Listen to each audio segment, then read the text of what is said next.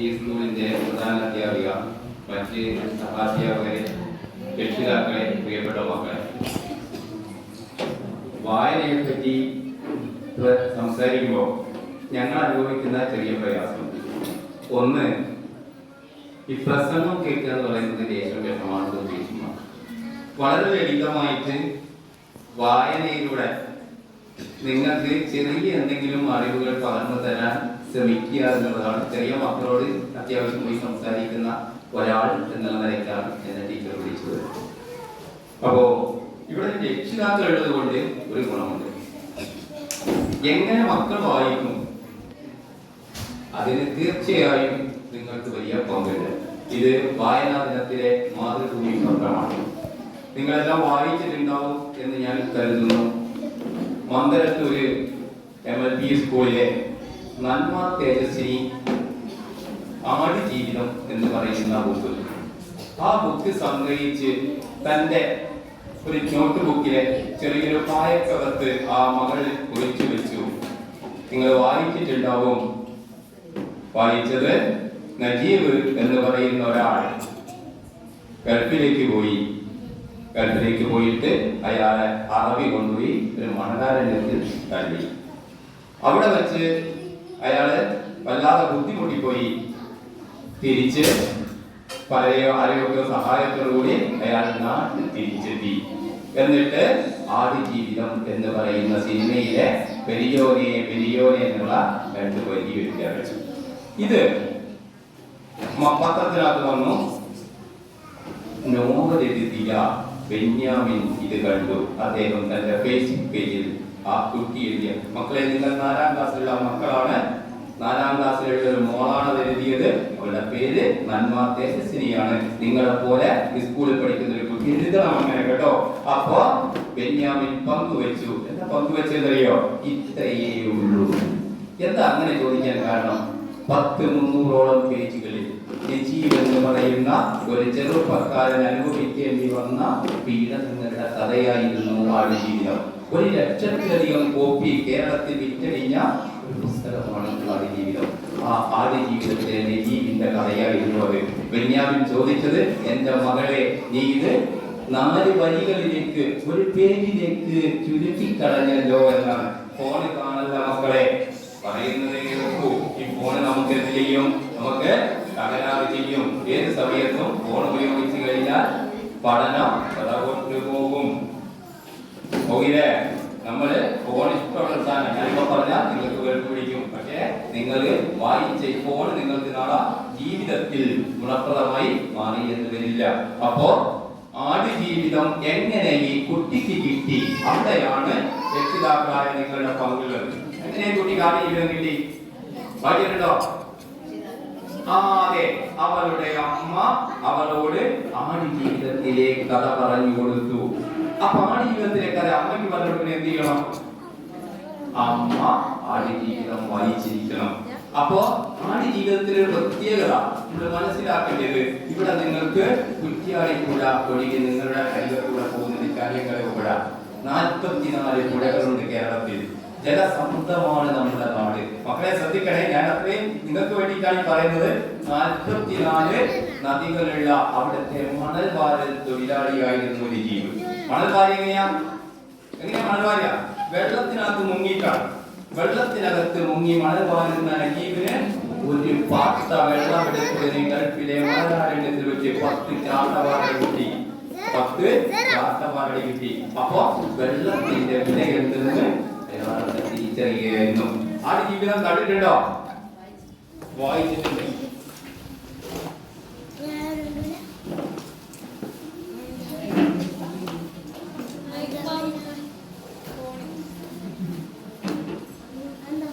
ഇത്രയും വലുപ്പമുള്ള ഒരു ബുക്കാണ് ആടുജീവിതം.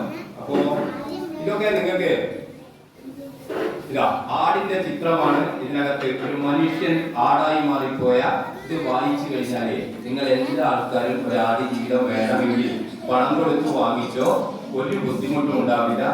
നിങ്ങൾക്ക് നിലത്ത് വെക്കാതെ കയ്യിൽ നിന്ന് നിലത്ത് വെക്കാതെ വായിക്കുകയും അത്രമാത്രം ഭീകരമാണ് അനുഭവം. ഗൾഫ് എന്താണെന്നും ഗൾഫ് ജീവിതം എന്താണെന്നും നമുക്ക് മനസ്സിലാക്കാൻ വേണ്ടി കഴിയും. അപ്പോ ഞാൻ ചെറുങ്ങനെ പോകാതിരിക്കുക.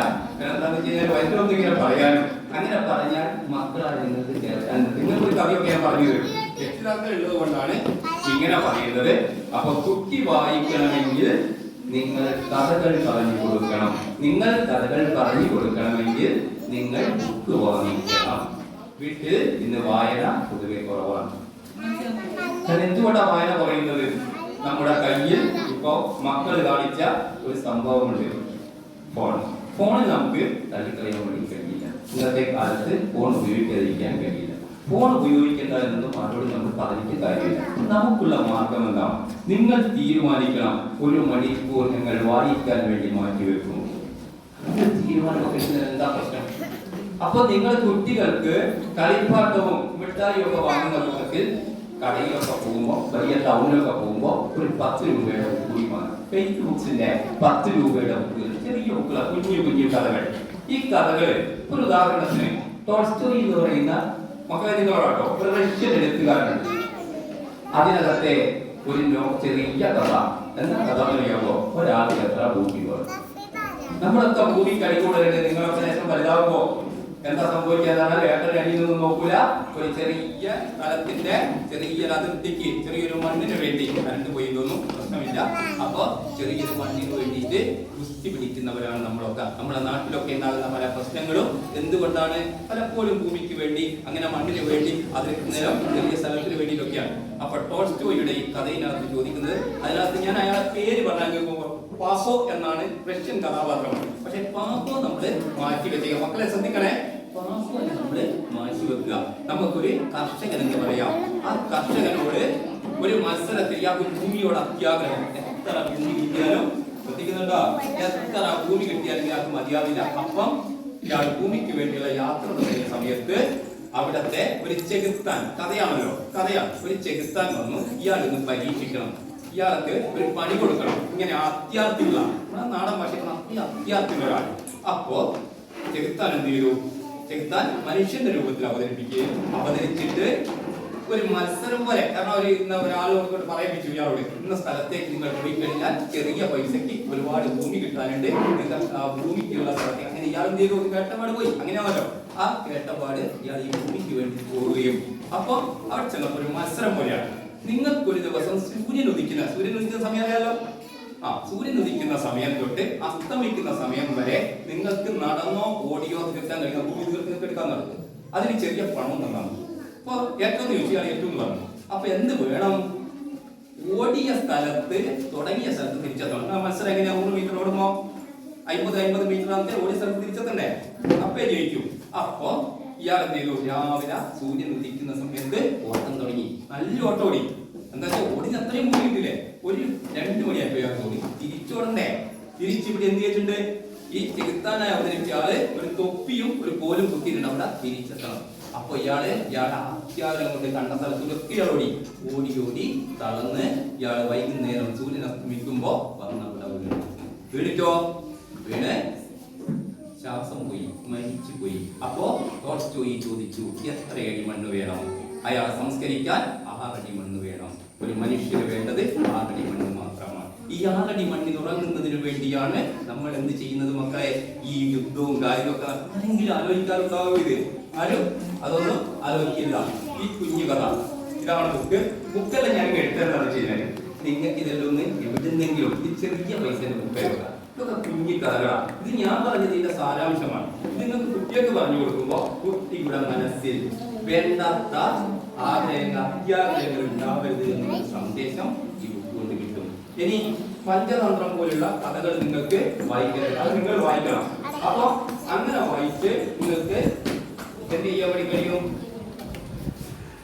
ഇങ്ങനെയുള്ള കഥകളിലേക്ക് ഈ ഫോൺ ഉപയോഗിച്ചോ? ഫോണിൽ വരുന്ന കഥകളൊക്കെ നിങ്ങൾ വായിക്കാറുണ്ടോ? ഈ പഠിത്ത് ഗാന്ധി ഒരു പ്രശ്നം അറിയോ? നീളത്തിലുള്ള കഥയാണ് ഞാൻ എഴുതുന്ന ഒരാളാണ്. ഞാൻ ഒരുപാട് നീളത്തിലുള്ള സാധനമൊക്കെ എഴുതും. എനിക്കറിയാം കയ്യും കാലും ഒക്കെ ചില ബുക്കൊന്നും ഇതൊന്നും വായിക്കില്ല. പാലേഷന്റെ കഥയായിരിക്കും. പാലേഷന്റെ കമ്പനിയാണ്. കിടക്കട്ടെ ഒന്നാണ് അതിനുള്ളിൽ കൂട്ടിയിരുന്നോ ഗാലറിയിൽ നിന്ന് പോകണം, ഒന്ന് ഞെക്കണം, അവിടെ വന്നു. എനിക്ക് കൃത്യമായിട്ട് അത് വായിക്കില്ല. ഇത് വായിക്കാതെ അഭിപ്രായം വരും എന്ന വഴിയാണ് അത് ഇല്ലാത്ത കുഴപ്പമുണ്ട്. വിമർശകന്മാർ വേണം നമുക്ക്. അപ്പോ അത് നടക്കില്ല. അപ്പൊ എന്താണ് നിങ്ങൾ വായിക്കുന്നുണ്ടോ പ്രശ്നം? ഗാന്ധിയുടെ ആശ്രമത്തിലെത്തിയ ഒരു വലിയ പൈസക്കാരുടെ പെണ്ണുങ്ങൾക്ക് കഥയെല്ലാം പഠിത്ത് അത് വായിച്ചിട്ടുണ്ടാവും. കൈപ്പൊക്കാൻ കഴിയുമോ? വായിച്ചാൽ പഠിത്തു വന്നതാണ്. ഇവിടെയാണ് നമ്മുടെ ഫോൺ ഉപയോഗിക്കുന്നത്. ഫോൺ നല്ലതാണ് നിങ്ങൾ ഈ കഥയൊക്കെ വായിക്കുമെങ്കിൽ. ഞാൻ ആ കഥയുടെ ഒരു ചുരുക്കം മക്കൾക്കൂടിയൊക്കെ പറ്റാവുന്ന ഒരു കഥയാണ്, ശ്രദ്ധിക്കണേ. അതായത് വലിയ പൈസക്കാരന്റെ വീട്ടിലുള്ള ഗാന്ധി ആരാന്ന് അറിയാൻ വേണ്ടിയിട്ട് നമുക്ക് പ്രായമുള്ള ആൾക്കാരില്ലേ വീട്ടില്, നിങ്ങളെ എങ്ങനെയാ അവരോടൊക്കെ പെരുമാറില്ലേ? ഒരു വെള്ളം വേണമെന്ന് പണം കൊടുക്കലുണ്ടോ? ഓരെ പരിചരിക്കാനുണ്ടോ? അല്ല എല്ലാവരും ഇങ്ങനെ തടിയാക്കി നല്ലൊരു ചെയ്യലുണ്ടോ? ഇങ്ങനെ ഉണ്ടോ? ഒരു ബുദ്ധിമുട്ട് പോലെ തോന്നലുണ്ടോ? എന്നാ മെനക്കെട്ടിങ്ങനെ അല്ലിയാക്കുന്ന എന്താന്ന് ചോദിക്കലുണ്ടോ? പഠിക്കാൻ സമയമില്ല, 24 മണിക്കൂർ ഇങ്ങനെ തൊഴിലെടുക്കുകയാണോ എന്നൊക്കെ ചോദിക്കലുണ്ടോ? ആരും ചോദിക്കില്ലേ? എന്താ പോലെ ചോദിക്കലുണ്ടല്ലോ ഇന്ത്യയോടൊക്കെ. നിങ്ങൾ ആരും ചോദിക്കില്ല, ചോദിക്കില്ല. വിജയങ്ങളെ, എന്നാൽ ഈ കഥ എന്താണെന്നറിയോ നിങ്ങൾക്ക്? അതായത് ആരുമല്ല, നമ്മുടെ ആരുമല്ല, ഒരു വൃദ്ധൻ.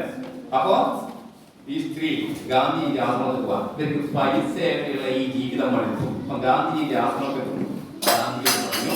ഗാന്ധിജിയുടെ സാമ്പത്തിക ആശ്രമം എന്ന് പറയുന്നത് നമ്മൾ മനസ്സിലാക്കേണ്ടത്, ആ ആശ്രമത്തിന്റെ അകത്ത് ഒറ്റപ്പെടി സ്ഥലങ്ങളുണ്ട്, ചർക്കയില് നൂൽ തോൽക്കുന്നുണ്ട്, പിന്നെ ഒരുപാട് കാര്യങ്ങൾ അവിടെ നടക്കുന്നുണ്ട്, ഒരുപാട് ആൾക്കാരെ പരിപാലിക്കുന്നുണ്ട്. അപ്പൊ ഈ സ്ത്രീ പോയിട്ട് പറഞ്ഞത് എന്താണെന്ന് പറഞ്ഞാൽ, ബുദ്ധിമുട്ടുന്നില്ലല്ലോ, പ്രയാസപ്പെടുന്നുണ്ടോ? കാരണം എന്താണെന്ന് വെച്ചാൽ ഈ നിങ്ങൾക്ക് പറയുന്നത്, നിങ്ങൾക്ക് ഇത് മനസ്സിലാക്കിയാൽ ചെറിയ കാര്യങ്ങൾ ഫോൺ ഉപയോഗിക്കുമ്പോൾ ഉപയോഗിച്ചിരുന്ന ഈ കഥ നിങ്ങൾക്ക് കുട്ടിയൊക്കെ പറഞ്ഞു കൊടുക്കാൻ വേണ്ടി കഴിയും. അതുകൊണ്ട് പറയുന്നത്. അപ്പൊ ഈ സ്ത്രീ അവിടെ എത്തി. ഗാന്ധിജിയോട് പറഞ്ഞു, എനിക്ക് നിങ്ങളെ ആശ്രമത്തിൽ വരണം, ആശ്രമത്തിൽ ഏത് ജോലി ഞാൻ ചെയ്യാൻ തയ്യാറാണ്, പോകണം, നിങ്ങളോട്. അപ്പൊ എന്താണ് ഇങ്ങനെ നിങ്ങൾക്ക് ഞാനിപ്പോ എനിക്ക് സംസാരിക്കാൻ കഴിയുന്നതിന് രക്ഷിതാക്കളോടിരിക്കുന്നോണ്ടാ. മക്കളെ പോലെ പറഞ്ഞിട്ട് കാര്യമില്ല. ഇതാരോടെ സ്ഥിരമായി കേൾക്കുന്നത്? പിന്നെ അപ്പൊ നിങ്ങളെ രക്ഷിതാക്കൾ ഉള്ളത് കൊണ്ട് കുറച്ചുകൂടി സംസാരിക്കാൻ ഒരു സുഖമുണ്ട്. പക്ഷെ എന്താ വെച്ചാൽ കുട്ടികളെ പറഞ്ഞിട്ട് കാര്യമില്ല. കുട്ടികളോട് ഞാൻ ഇല്ലാതെ പറയാ, ചെറിയ ഒന്ന് രണ്ട് കഥ പറഞ്ഞിട്ട് വിളിക്കാതെ ചെയ്യാൻ. നിങ്ങളായതുകൊണ്ടാണ് പറയുന്നത്. ഈ ഫോണിനകത്ത് വന്നത് ഈ സ്ത്രീ ഗാന്ധിജി ഗാന്ധിജിയോട് പറഞ്ഞു, ഞാൻ നിങ്ങളെ ആശ്രമത്തിൽ എനിക്കൊരു നിർത്താൻ തയ്യാറാണ് എന്നൊക്കെ പറഞ്ഞു. ഗാന്ധിയുടെ സെക്രട്ടറിനെ വിളിച്ചു, ഇവർക്ക് ഒരു പണി കൊടുക്കണമെന്ന് പറഞ്ഞു. ഈ കൊടുത്ത പണി എന്താണെന്നറിയോ? കേട്ടിട്ടുണ്ടോ? പറ്റൂരുണ്ടെങ്കിൽ ഏറ്റവും ആ ആശ്രമത്തിലെ ഒരു 75-80 വയസ്സ് പ്രായമുള്ള ഒരു വൃദ്ധൻ. ആ വൃദ്ധൻ എന്ന് പറയുന്നത് ഒരു ദളിത് സമൂഹത്തിൽ ജനിച്ച ഒരാളാണ്. അയാൾക്ക് കന്നക്കട, നമ്മുടെ നാട്ടിൽ പറഞ്ഞു കഴിഞ്ഞാൽ കന്നക്കട വിട്ട ഒരാളാണ്. അയാള് മലമൂത്ര വിസർജനം നടത്തുന്നു. മലമൂത്ര വിസർജനം നടത്തിയിട്ട് മേത്തക്കെട്ട് തേച്ചുകൾക്ക് ആ റൂം വൃത്തികൾക്കും. ഈ റൂം വൃത്തിയാക്കണം, ഇയാളെ കുളിപ്പിക്കണം, ഇയാൾക്ക് ഭക്ഷണം കൊടുക്കണം. ഇത്രയും കാര്യമാണ് ഈ സ്ത്രീ ചെയ്യേണ്ടത്. അപ്പോ ഒരു 2-3 മാസം ഇവർ ഏത് വീട്ടിൽ നിന്ന് വന്നതാ? വളരെ സൗകര്യങ്ങളുള്ള എല്ലാ സുഖ സൗകര്യങ്ങളും വീട്ടിൽ നിന്ന് വന്നതാ. ആ വീട്ടിൽ നിന്ന് വന്നിട്ട് ഇങ്ങനെ ഒരു വൃദ്ധനെ പരിപാലിക്കുക എന്ന് പറയുന്നത് ഉണ്ടാകുന്ന ഒരു സങ്കടവും പ്രയാസവും ഒക്കെ ഉണ്ടെങ്കിലേ. അപ്പൊ ഇവരാന്ന് വെച്ചാൽ ഗാന്ധിജിയോട് പറഞ്ഞു പോയി. അപ്പൊ ഗാന്ധിയോട് പണിയുക അവൻ ചെയ്തു. ഒരു മാസം കഴിഞ്ഞപ്പോൾ ഗാന്ധിജി യാദൃശ്ചികമായി അതുപോലെ വരാന്തയിലൂടെ കടന്നു പോകും ഗാന്ധി സ്ത്രീ ഒന്ന് നോക്കി. സ്ത്രീയുടെ കണ്ണിൽ വെള്ളം പൊടിഞ്ഞിരിക്കുന്നത് ഗാന്ധിജി കണ്ടു. ഗാന്ധിജിയോട് ഒരൊറ്റ നോട്ടത്തിന് കാര്യം മനസ്സിലാവൂലേ? ഗാന്ധിജിക്ക് തോന്നി ഈ സ്ത്രീക്ക് ബുദ്ധിമുട്ടുണ്ട് വല്ലാതെ. അപ്പൊ ഗാന്ധി സെക്രട്ടറിനെ വിളിച്ചിട്ട് പറഞ്ഞു, ഇവർക്ക് മറ്റൊരു ജോലി കൊടുക്കണം. അപ്പൊ മറ്റൊരു ജോലി കൊടുക്കാൻ നോക്കിയപ്പോ പൂന്തോട്ടത്തിലേക്ക് മാറ്റി. എവിടത്തേക്ക് മാറ്റി? പൂന്തോട്ടത്തിൽ. പൂന്തോട്ടത്തിൽ എന്താണ്? സുഗന്ധം. മാറ്റിയത് എവിടുന്ന? ദുർഗന്ധത്തിൽ നിന്ന് സുഗന്ധത്തിലേക്ക് ആ സ്ത്രീ മാറി. ഒരു സന്തോഷമായി. അവരിങ്ങനെ നനയ്ക്കുകയൊക്കെ ചെയ്തു. ഒരു ദിവസം ഒരു 2 ആഴ്ച ഇങ്ങനെ നനച്ചപ്പോ നമുക്ക് ആർക്കുണ്ടാവില്ലേ മനസ്സിലൊരു ചിന്ത വന്നു. എന്താ ചിന്ത എന്ന് ചെയ്യാൻ? ഈ ആളെ ആരായിട്ട് നോക്കുന്നത്? ഞാനിപ്പോ അത് നോക്കുന്നുണ്ടാവും. അപ്പൊ ആ നോക്കുന്ന ആളെ കാണാൻ ഒരു ദിവസം ഈ സ്ത്രീ എന്ത് ചെയ്തു? ഇവരെ രാവിലത്തെ പണിയൊക്കെ കഴിഞ്ഞ റൂം ചെയ്തിട്ട് നോക്കിയതാ. ആ പണി ചെയ്യുന്നത് ആരാന്നറിയോ? ഗാന്ധിജി ഇയാളെ പരിപാലിക്കുകയാണ്. അപ്പോ നമ്മൾ മനസ്സിൽ മനസ്സിലാക്കേണ്ടത് ഈ കഥയിൽ നിന്ന് നമ്മൾ പലരോടും ആജ്ഞാപിച്ചു ഇനി അത് ചെയ്യും ഇത് ചെയ്യുന്നില്ല. ഗാന്ധിജി ഒരാളോടൊരു കാര്യം നിർമ്മിക്കുമ്പോൾ അദ്ദേഹം സ്വയം അത് ചെയ്യാൻ തയ്യാറായിരുന്നു. അപ്പോ ആ വൃദ്ധനെ പരിചരിച്ച് അപ്പോ ഈ കഥ ഇവർ ഹരിജൻ എന്ന് പറയുന്ന അന്നത്തെ പത്രത്തിൽ എഴുതി. ഗാന്ധി എന്ന അലസികാന്തം എതിർക്കുന്ന ബിപിൻ ചന്ദ്ര എന്ന് പറയുന്ന ഒരാൾ ഗാന്ധിയുടെ ആശ്രമത്തിലെത്തി ഗാന്ധിനെ തൊഴുതുകൊണ്ട് പറഞ്ഞു, മാപ്പ്, ഞാൻ നിങ്ങളോട് എത്രയോ എതിർത്തിട്ട് ഈ ഉണ്ടാവില്ലേ. അപ്പോ പിന്നെ അപ്പോ എന്ത് ചെയ്തു? ഗാന്ധിജിയുടെ ശത്രുവിനെ മിത്രമാക്കാൻ കഴിയുന്ന പ്രവർത്തനങ്ങൾ നടത്തി. ഗാന്ധിജി നടത്തി. നിങ്ങൾക്ക് ഈ കഥ കേട്ടിട്ട് വീട്ടിലെ വൃദ്ധന്മാരെയൊക്കെ ഇവിടെ എന്ത് ചെയ്യണോ? ശ്രദ്ധിക്കണം. അല്ലെ ശ്രദ്ധിക്കലല്ല. നേരത്തെ ഞാൻ ചോദിച്ചത് മാതിരി ഗാന്ധിജി പരിചരിക്കുന്നത് എനിക്കൊരു പരിചയമില്ലാത്ത ആളെയാണ് അല്ലെ. ഇനി നിങ്ങൾക്ക് വേണ്ടിയിട്ട് ഞാൻ ചെറിയ കഥ പറയാം. കാരണം ഇതൊന്നും നിങ്ങളെ ജോലിക്കാരിക്കാൻ കൃത്യമായിട്ട് അറിയാം. അപ്പൊ ഇത് നിങ്ങളെ കാരണം നിങ്ങൾ കൂടി വലുതായി വരുന്നതിൽ നിങ്ങൾക്കത് ഗാന്ധിജി ആർന്നതാണുണ്ടോ അറിയോ?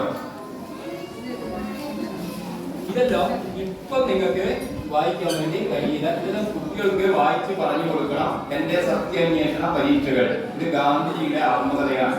ഇത് എത്രയോ കോപ്പി വിറ്റ് ചെറിയ പണമേ ഇതിലുള്ളൂ. ഇത് 10-30 കോപ്പിയുടെ കിട്ടാവുന്ന ഒരു ചെറിയ ബുക്കാണ്. വീടുകളിൽ ഈ ബുക്ക് നിർബന്ധമായിട്ട് വേണം. ഇതൊക്കെ കുട്ടികളെ വായിപ്പിക്കണം. കുറച്ച് വല്ലാതെ നമ്മൾക്ക് വായിക്കണം.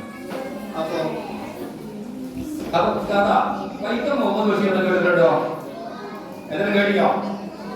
നിങ്ങളൊക്കെ നല്ല കടുത്ത വേനലല്ലായിരുന്നു ഇപ്രാവശ്യം? നല്ല ചൂടില്ലായിരുന്നോ? ചൂടിന് എന്താ ചെയ്തേ? വെള്ളമൊക്കെ ഫ്രിഡ്ജിൽ നോക്കി എടുത്ത് കുടിച്ചോ? എല്ലാ വീട്ടിലും ഫ്രിഡ്ജൊക്കെ അല്ലേ? എന്നാല് ഈ പുറത്തുണ്ടാവുന്ന കിളികള്, മറ്റേ മൃഗങ്ങള്, അവർക്കൊക്കെ തണുത്ത വെള്ളമൊക്കെ കിട്ടുമോ? കിട്ടുമോ? അപ്പൊ വൈക്കം മുഹമ്മദ് ബഷീറിന്റെ ഇന്ദുപ്പാപ്പാക്ക് ഒരു ആന ഉണ്ടാകുന്നു എന്നുള്ള ലോകം ചെയ്യാത്ത ഒരു കഥയുണ്ട്. എന്താ കഥ എന്ന് പറഞ്ഞാൽ, കഥയുടെ ഇടയ്ക്ക് ബഷീർ പറയുന്ന ഒരു കഥയാണ് ഒരു കുരുവിയുടെ കഥ. ഒരു ദിവസം ശ്രദ്ധിക്കോ, ഇതെല്ലാം പോകണം. ആൾക്കാരൊക്കെ പോയി. പിന്നെ കുരുവി നിങ്ങൾക്ക് ഇതിലും ലളിതമായിട്ട് എനിക്ക് നിങ്ങളോട് പറഞ്ഞു തരാൻ പ്രയാസമുണ്ട്. അപ്പോ ഇതിങ്ങൾ ശ്രദ്ധിച്ചോ. നിങ്ങൾക്ക് എന്താ കുരുവി വല്ലാമോ? നിങ്ങൾക്ക് നോക്കാം. പരീക്ഷിക്കുന്നത് 4ാം ക്ലാസ്സിലൊക്കെ വേണ്ടേ? കുറച്ച് ബുക്കെല്ലാം വായിക്കണ്ടേ? ടെസ്റ്റ് ബുക്കൊക്കെ വായിക്കണ്ടേ? നോട്ട് മാത്രമാണോ? ആണോ? ആണോ? അപ്പോ വായിച്ചെങ്കിൽ മാത്രമേ കിട്ടൂ. അപ്പോ ഈ കുഞ്ഞിപ്പാത്രം എന്ന് പറയുന്ന അതിനകത്തെ കഥാപാത്രമാണല്ലോ. ഒരു ദിവസം വീട്ടിൽ നിന്ന് കുരുവികൾ തൊട്ടുകൂടുന്നു. കുരുവികള് വല്ലാതെ കൊത്തുകൂടുന്നു. ഒരാണും പെണ്ണുമാണോ എന്ന് കുഞ്ഞിപ്പാത്രത്തിന് തോന്നി. അപ്പൊ കുഞ്ഞിപ്പാത്രം ഇതിനെ തെളിച്ചു. നമ്മൾ തെളിക്കൂലേ? തെളിച്ചു. ഞാൻ എന്റെ ഭാഷയിൽ പറയാൻ തെളിച്ചു. തെളിച്ച സമയത്ത് ഒരു പുളിമരത്തിലേക്ക് പോയിരുന്നു. പുളിമരത്തിന് പോയിട്ട് വീട്ടിൽ കൊത്തുകൂടി. അപ്പൊ കുഞ്ഞിപ്പാത്രം ചോദിച്ചു, പറഞ്ഞാ കേൾക്കില്ലെന്ന് ചോദിച്ചു. പറഞ്ഞാ കേൾക്കില്ലെന്ന് ചോദിച്ചിട്ടും എന്ത് ചെയ്തില്ല? കുരുവി നിർത്തിയില്ല. അതിലൊരു കുരുവി താഴോട്ടേക്ക് വീണു. താഴോട്ടേക്ക് വീണത് ഇന്നത്തെ മാതിരിയല്ല. കാട്ടിലെ ഒരു തോട്ടിൽ എന്നാണ് ബഷീർ പറയുന്നത്. കാട്ടിലെ തോട്ടിൽ ഉണക്കരകളൊക്കെ ഉള്ള സ്ഥലത്തേക്ക് ഈ കുരുവി വീണു. വീണപ്പോ കുഞ്ഞിപ്പാത്തു ഓടിപ്പോയി. നമ്മൾ പോകുവോ? ഒരു കിളി വീണാച്ചൻ നോക്കുമ്പോൾ നോക്കൂ. അപ്പോ കുഞ്ഞിപ്പാത്തു ഓടിപ്പോയി. അപ്പൊ വളരെ താല്പര്യമാണുള്ളത്. അപ്പൊ അതിനൊന്ന് എടുത്തിട്ട് എന്ത് പറ്റി എന്ന് എനിക്ക് നോക്കണമെന്ന് കുഞ്ഞിപ്പാത്തു തോന്നി. കുഞ്ഞിപ്പാത്തു എന്ത് ചെയ്തു? ഒരു പാണൽ ചെടി പിടിച്ചിട്ട് എന്നെ ഇറങ്ങാൻ വേണ്ടി ശ്രമിക്കുമ്പോ ബഷീറിന്റെ ഭാഷയിൽ പറഞ്ഞാൽ 10 പറഞ്ഞിട്ട് ഇടയിലോട്ട് വീണു കുഞ്ഞിപ്പാത്തു. വീണ്ടും സമയത്ത് എന്താ പറ്റുക? വീണാല് പരിക്ക് പറ്റും.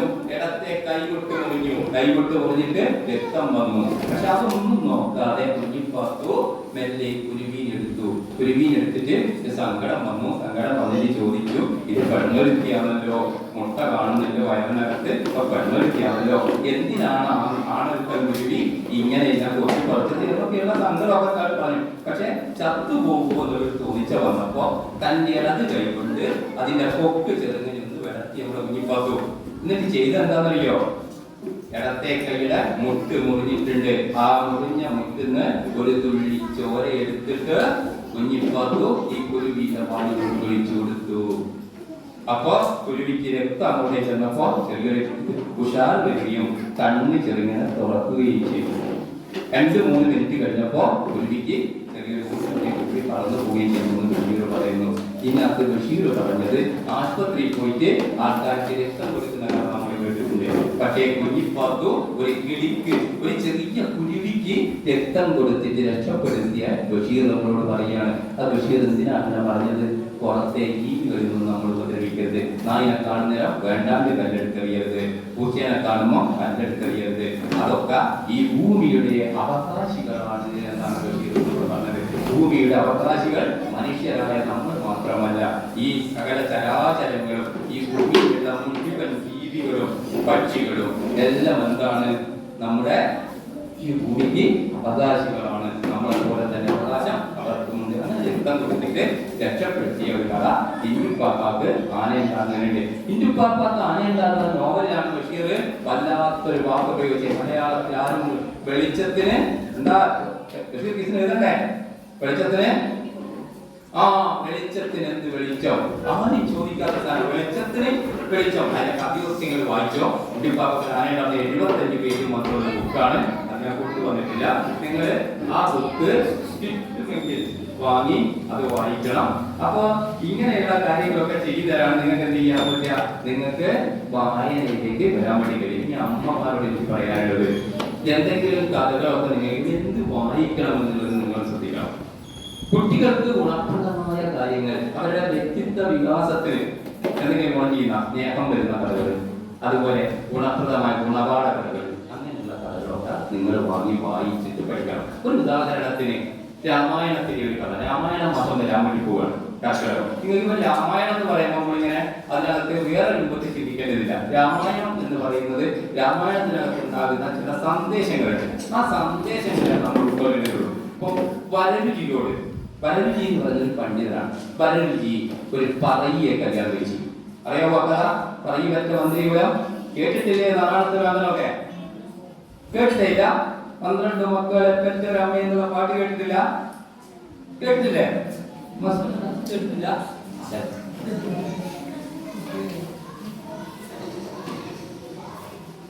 ഇതാണ് നാരായണത്തുരാന്തൻ.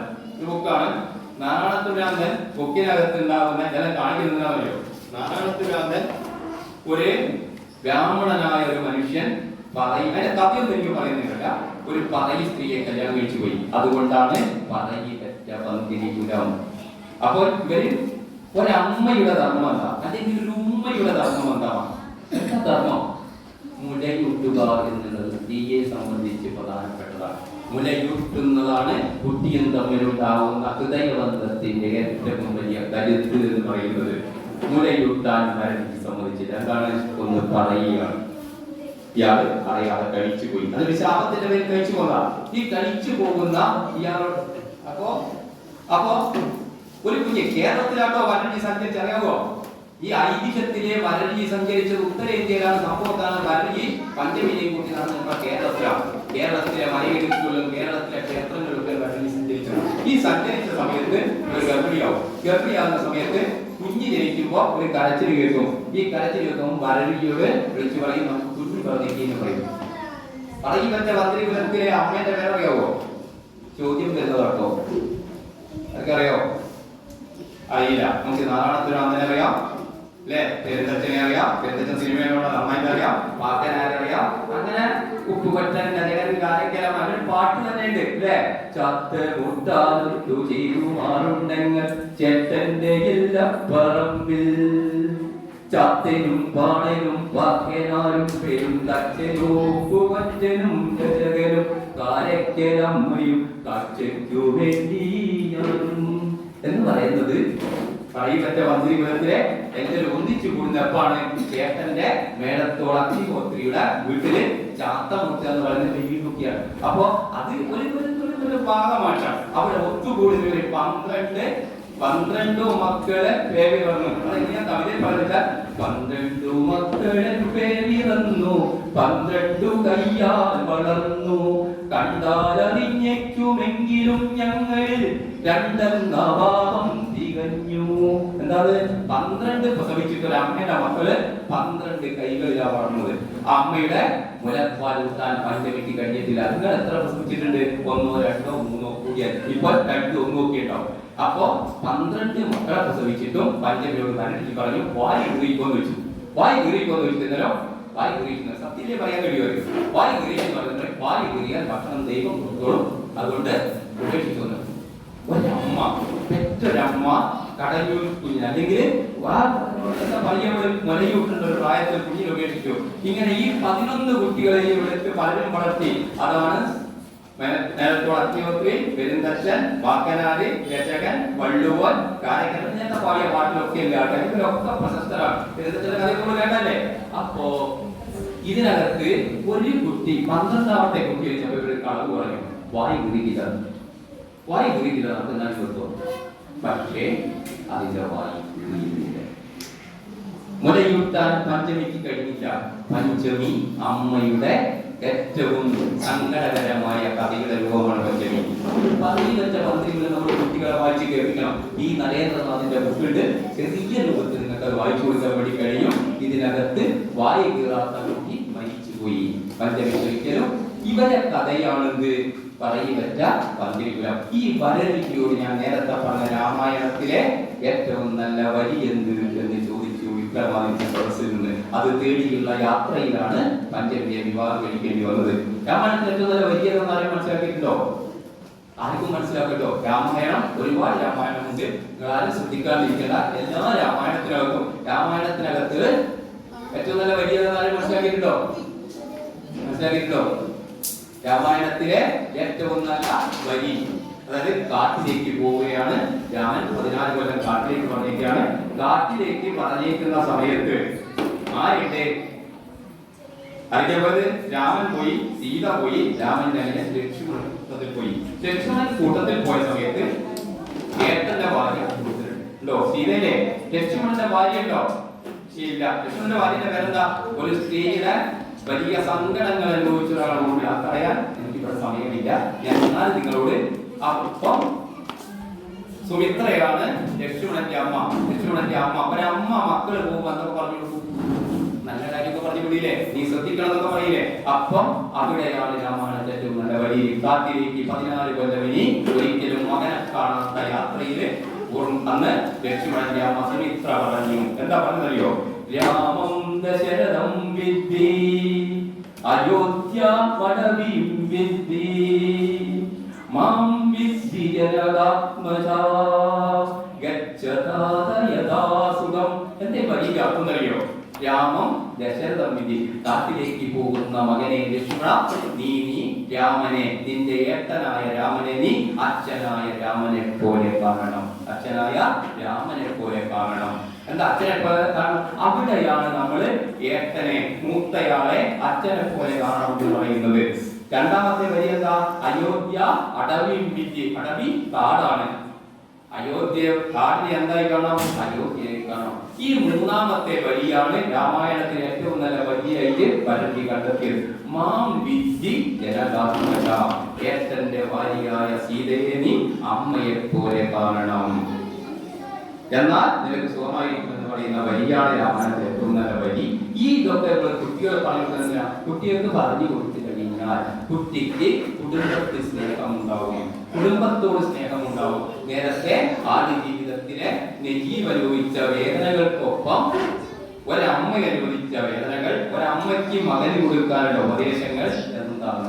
നിങ്ങളുടെ വീട്ടിൽ ഇപ്പോ നിങ്ങൾ ചെറിയ കാര്യം പറയുമ്പോൾ അവസാനിപ്പിക്കും. നിങ്ങളുടെ വീട്ടിൽ ശ്രദ്ധിക്കേണ്ട കുറെ കാര്യങ്ങൾ. കുട്ടിക്ക് പഠിക്കാൻ മോട്ടിവേഷൻ നടത്തില്ല, കുട്ടി പഠിക്കണമെങ്കിൽ നിങ്ങൾ പഠിച്ചു വരും. വീട്ടിൽ നിങ്ങൾ കുട്ടിക്ക് പഠിക്കാനുള്ള സ്ഥലം വെച്ച് വെക്കണം. വേര് കൊണ്ടുണ്ടോ? ഞാനത് എന്തായാലും വെക്കലുണ്ടോ? പഠിക്കാൻ സ്ഥലമുണ്ടോ? ഉണ്ടോ? നിങ്ങൾ വീടിന്റെ വലുപ്പവും ചെറുപ്പവും നോക്കണ്ട. വീട് വലുതായാലും നിങ്ങളൊന്നും വീട് എങ്ങനെയാണെന്ന് എനിക്കറിയില്ല. എന്റെ വീട് ചെറുതാണ്, കാരണം വലിയ വീടൊന്നുമില്ല. അപ്പൊ ആ ചെറിയ വീട്ടിനുള്ളിൽ എന്റെ 2 മക്കൾക്കും ഇരിക്കാൻ ഞാൻ റൂം ഉണ്ടാക്കിയിട്ടുണ്ട്. 2 ചുമരിന്റെ മുകളിലും ലോകത്തിന്റെയും ഇന്ത്യയുടെയും കേരളത്തിന്റെയും മാപ്പ് ഒട്ടിച്ചിട്ടുണ്ട്. അതൊക്കെ മനസ്സിലാക്കാൻ വേണ്ടി എന്താണ് രാജ്യം, എന്താണ് ലോകം, എന്താണ് കേരളം, കേരളത്തിലെ ജില്ലകൾ ഏതൊക്കെയാണ്, അത് കുട്ടി ദിവസം കാണും. ഈ ദിവസം കാണുന്ന കുട്ടിക്ക് മാപ്പ് തലബോധം ഉണ്ടാവും. ഇതൊക്കെ നമ്മൾ ചെയ്യേണ്ട ചില കാര്യങ്ങളാണ്. പിന്നെ എന്ത് വേണം? കുട്ടിക്ക് ഹോംവർക്ക് കൊടുക്കുന്നുണ്ടെങ്കിൽ നിങ്ങളുടെ വായനാദിനാണ്, എന്നാലും വിദ്യാരംഗത്തിന് ഇതൊക്കെ ഉണ്ട്. ഞാൻ കുറിച്ച് നിങ്ങളോട് പറയട്ടെ, നോട്ട് നിങ്ങൾ കൃത്യമായിട്ട് നോക്കണം. കുട്ടി കൊണ്ടുവരുന്ന നോട്ട് സ്കൂളിലെ ക്ലാസ് ആണ് നോട്ട്. പിന്നെ രണ്ടാമത്തേത് ഓരോ വീടാണ് ഈ കുട്ടികളെല്ലാം. നിങ്ങളുടെ വീട് എന്താണോ അത് കുട്ടി സംസാരിക്കും. എല്ലാ കാര്യവും പിടിച്ചെടുക്കുന്ന ആൺജിലയാണ് മക്കൾ. നിങ്ങൾ വീട്ടിൽ മോശമായ കാര്യങ്ങൾ സംസാരിച്ചാൽ അത് കുട്ടി വിളിച്ചെടുക്കും. കുട്ടി അത് പൊതുസ്ഥലത്ത് പറയും. നിങ്ങളുടെ വീട്ടിന്റെ രൂപം പുറത്തുള്ള ആൾക്ക് അളക്കാൻ അതിനേക്കാൾ വരുന്നൊന്നും വേണ്ട. അപ്പം വീട്ടിനുള്ളിലെ സംസാരം ശ്രദ്ധിക്കണം. ഞാൻ മോട്ടിവേഷൻ അല്ല എങ്കിലും പറയുന്ന കൂട്ടത്തിൽ നിങ്ങൾ എപ്പോഴും വീട്ടിലുള്ള കുട്ടികളുള്ള വീട്ടിൽ സംസാരിക്കുമ്പോൾ ഭർത്താക്കന്മാരും ഭാര്യമാരും തമ്മിൽ തെറ്റും, അച്ഛനും മക്കളും തമ്മിൽ തെറ്റും. അവിടെയൊക്കെ നമ്മളെ പ്രയോഗങ്ങൾ ബലം കിട്ടാനുണ്ടാകുന്ന സംസാരം കുറച്ച് മാറിപ്പോകും. ആ സംസാരങ്ങൾ നടത്താൻ പാടില്ല.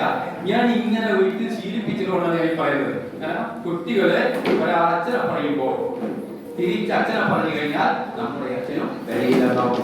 അപ്പൊ അതുപോലെ കുട്ടികൾക്ക് നല്ല കാര്യങ്ങൾ പറഞ്ഞു കൊടുക്കുകയും ചിന്തിപ്പിക്കുകയും ചെയ്തെങ്കിൽ മാത്രമേ നല്ല മക്കൾ ഉണ്ടാവൂ, നല്ല അച്ചടക്കം ഉണ്ടാവൂ. നല്ല അച്ചടക്കത്തിന് നല്ല പഠനം ഉണ്ടാവൂ. നിങ്ങളൊക്കെ മിടുക്കരായി നല്ല മക്കളായി മാറണം. എനിക്കിപ്പോ എന്താണെന്ന് വെച്ച് കഴിഞ്ഞാൽ നിങ്ങൾക്കിപ്പോ ഞാൻ പാട്ട് പാടി കഴിഞ്ഞാൽ നിങ്ങൾക്ക് ഇഷ്ടമായിരിക്കും. പക്ഷെ ഈ പാട്ട് പാടിയതുകൊണ്ട് എന്താ പ്രശ്നം? ഒരു വായനാ ദിനത്തിന് നമ്മൾ പാട്ടിലേക്ക് പോയി കഴിഞ്ഞാൽ അതുകൊണ്ട് കാരണം കാലം മാറി അനുസരിച്ചുള്ള പാട്ടുകളൊക്കെ മാറിയിട്ടുണ്ട്. പക്ഷെ പാടിയൊക്കെ ചിലരില്ല അറിയാം. പക്ഷെ അത് ഞാൻ ചെയ്യാത്തതും അതുകൊണ്ട് അല്ലെങ്കിൽ വായനാ ദിനത്തിൽ കുറെ കുട്ടികളൊക്കെ നിങ്ങൾ വായിച്ച് നല്ല രൂപത്തിൽ നിങ്ങൾ മാറണം. ഇനിയിപ്പോ നിങ്ങളൊക്കെ മുഖം വായിച്ചെടുക്കാൻ എനിക്ക് കഴിയും. സൈക്കോളജി ഞാൻ പഠിച്ചിട്ടില്ലെങ്കിലും ഓരോരുത്തരും മുഖം, കാരണം ചിലർക്ക് ബുക്ക് കണ്ടാൽ ഉറപ്പ് വരും, ചിലർക്ക് വർത്താനം കേട്ടാൽ ഉറപ്പ് വരും. കണ്ണ് പ്രധാനപ്പെട്ട സാധനം. നമ്മൾ ഒരാളോട് സംസാരിക്കുമ്പോൾ നിങ്ങൾ തീർച്ചയായിട്ടും മുഖത്ത് നോക്കി സംസാരിക്കണം. എല്ലാ കാലത്തിലും എന്നോട് എന്റെ മക്കൾ വന്ന് പറയുന്ന കാര്യങ്ങളുണ്ട്. ഓരോരുത്തരുടെ നോട്ടങ്ങൾ, ഓരോരുത്തരുടെ രീതികൾ, അവരുടെ മനസ്സ് വായിച്ചെടുക്കാൻ നിങ്ങൾ വരെയും സംസാരം മുഖത്ത് നോക്കിയാൽ മാത്രം മതി. സംസാരം മുഖത്ത് നോക്കി നടത്തുന്നത് നിങ്ങൾ വേറാണ്. അല്ലാതെ താഴോട്ട് ശ്രദ്ധിച്ചോളൂ. അപ്പോ ഞാൻ ആദ്യത്തെ പറഞ്ഞ ഒരു സാധനം പറഞ്ഞതാണ്. കാരണം നമ്മൾ എപ്പോഴും നല്ലവരായിരിക്കാനും നല്ല വീട്ടിൽ നിന്നാണ് നല്ല കുട്ടികൾ ഉണ്ടാകുന്നത്. എപ്പോഴും പിന്തുടരുന്ന മക്കളാണ് നല്ല മക്കളായി മാറുന്നത്. നിങ്ങളാണ് നിങ്ങളുടെ മക്കൾ. അവയെ അതുപോലെ നിങ്ങൾ പരിപാലിക്കുക. നിങ്ങളുടെ ഈ വായനാ ദിനവും അതുപോലെ തന്നെ ഈ വിദ്യാരംഗത്തിൽ ആരും മക്കൾ എഴുതലുണ്ടോ? വിദ്യാരംഗത്തിനാ സ്കൂളിൽ എന്തിനാ വിദ്യാരംഗത്തിനാ എന്തിനാ വിദ്യാരംഗം? പഠിക്കാൻ. എന്തെങ്കിലും ഒരു പാട്ട് അല്ലെങ്കിൽ എന്തെങ്കിലും നിങ്ങൾ കണ്ടൊരു കഥ.